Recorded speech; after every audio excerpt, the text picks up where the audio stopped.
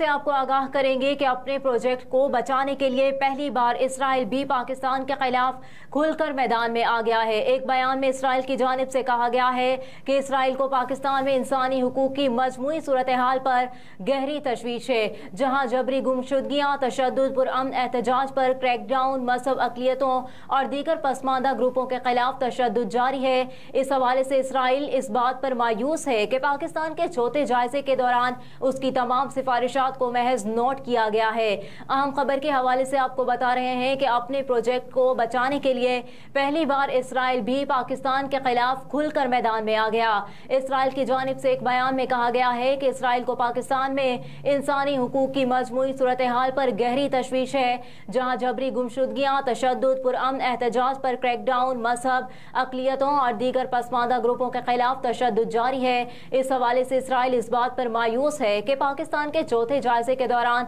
इसकी तमाम सिफारिशात को महज नोट किया गया। इसराइल का मानना है कि यह जरूरी है कि पाकिस्तान मनमानी गिरफ्तारियों, तशद्दुद, दूसरे नारवा सलूक को रोकने, ऐसी कार्रवाइयों के मुर्तकिब अफराद को इंसाफ के कटहरे में लाने और सजाए मौत की वसी इस्तेमाल खास तौर पर बच्चों और माजूर अफराद के मामले में ख़त्म करने के लिए हमारी सिफारिशात पर तवज्जो दे। इसराइल पाकिस्तान पर जोर देता है कि वो इंसानी हुकूक के आलमी मयारात के मुताबिक हम जन्स परस्ती को जराइम की फहरिस्त से हटाए और इम्तियाजी सलूक के खिलाफ जामे कानून साजी करे, जो जन्सी रुझान और सनफी शनाख्त की बुनियाद पर इम्तियाजी सलूक का खात्मा करे। इसराइल को इस बात पर भी तशवीश है कि जनवरी 2023 में पाकिस्तान की कौमी असम्बली ने तौहीन मजहब के इन कवानीन को सख्त करने की करारदाद मंजूर की, जो अक्सर मजहबी और दीगर अक़लियतों को हदफ और उन्हें जबर का निशाना बनाने के लिए इस्तेमाल होते हैं। अहम खबर के हवाले से आपको बता रहे हैं कि अपने प्रोजेक्ट को बचाने के लिए पहली बार इसराइल भी पाकिस्तान के खिलाफ खुलकर मैदान में आ गया।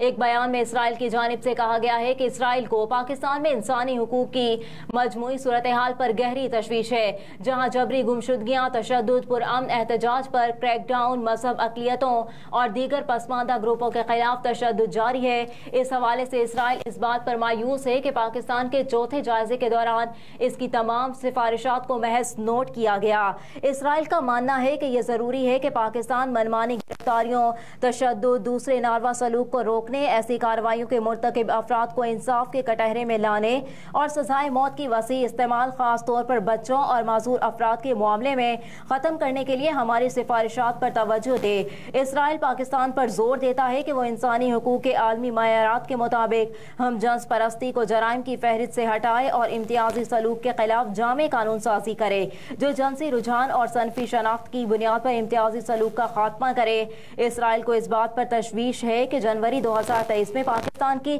कौमी असम्बली ने तौहीन मजहब के इन कवानीन को सख्त करने की करारदाद मंजूर की, जो अक्सर मजहबी और दीगर अक़लियतों को हदफ और उन्हें जबर का निशाना बनाने के लिए इस्तेमाल होते हैं।